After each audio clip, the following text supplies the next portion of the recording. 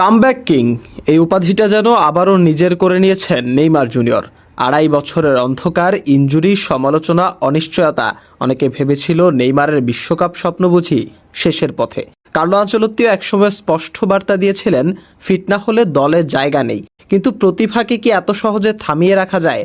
সব জল্পনার অবসান ঘটিয়ে অবশেষে ব্রাজিলের বিশ্বকাপের 55 সদস্যের প্রাথমিক স্কোয়াডে ফিরেছেন Neymar junior. The king is back.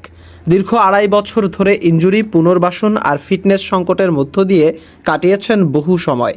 কখনো হাসপাতালের বিছানায়, কখনো জিমে, কখনো অনুশীলন মাঠে নিজের সঙ্গে লড়াই করেছেন তিনি। অবশেষে সেই পরিশ্রমের ফল মিলেছে। দুর্দান্ত পারফরমেন্সে কার্লো আনচেলত্তির নজর কাড়তে সক্ষম হয়েছেন ব্রাজিলের সর্বকালের সর্বোচ্চ গোলদাতা। ফলে 26 বিশ্বকাপকে সামনে রেখে ফিফার কাছে জমা দেওয়া ব্রাজিলের 55 সদস্যের প্রাথমিক স্কোয়াডে জায়গা পেয়েছেন তিনি। এটি কেবল একটি নাম অন্তর্ভুক্ত হওয়া নয়, এটি নেইমারের বিশ্বকাপ স্বপ্নের নতুন অধ্যায়। এটি ব্রাজিলের হেক্সা জয়ের আশায় নতুন প্রাণ সঞ্চার। সান্তোসের হয়ে সাম্প্রতিক সময়ে দুর্দান্ত ফর্মে রয়েছে নেইমার। 13 ম্যাচে করেছেন 6 গোল এবং 3টি অ্যাসিস্ট। শেষ 17 ম্যাচে করেছেন 15 গোল অ্যাসিস্ট। তবে পরিসংখ্যানের বাইরেও তার খেলার প্রভাবই সবচেয়ে বড় বিষয়। মাঠে বল পেলেই এখনও বদলে দিতে পারেন ম্যাচের গতি। সৃজনশীলতা, ড্রিবলিং, সিদ্ধান্ত নেওয়ার ক্ষমতা এখনও তাকে আলাদা করে তোলে।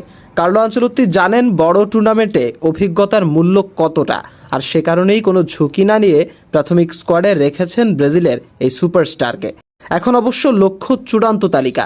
প্রাথমিক স্কোয়াডে জায়গা পাওয়া মানে সুযোগের দরজা খুলে যাওয়া, কিন্তু আসল পরীক্ষা দিতে হবে শেষ দলে নিজের নাম নিশ্চিত করাতে। তবে একটি বিষয় স্পষ্ট, নেইমার এখনও ব্রাজিলের পরিকল্পনার বাইরে নন, বরং তিনি আবারও জাতীয় দলের কেন্দ্রীয় চরিত্র হয়ে মাঠে ফেরার পথে। যদি ফিটনেস ধরে রাখতে পারেন, তাহলে 26 বিশ্বকাপে ব্রাজিল আবারও পেতে পারে তাদের সবচেয়ে বড় ম্যাচ উইনারকে।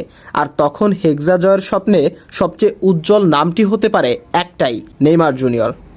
মাশরাফি, নিশানা স্পোর্টস।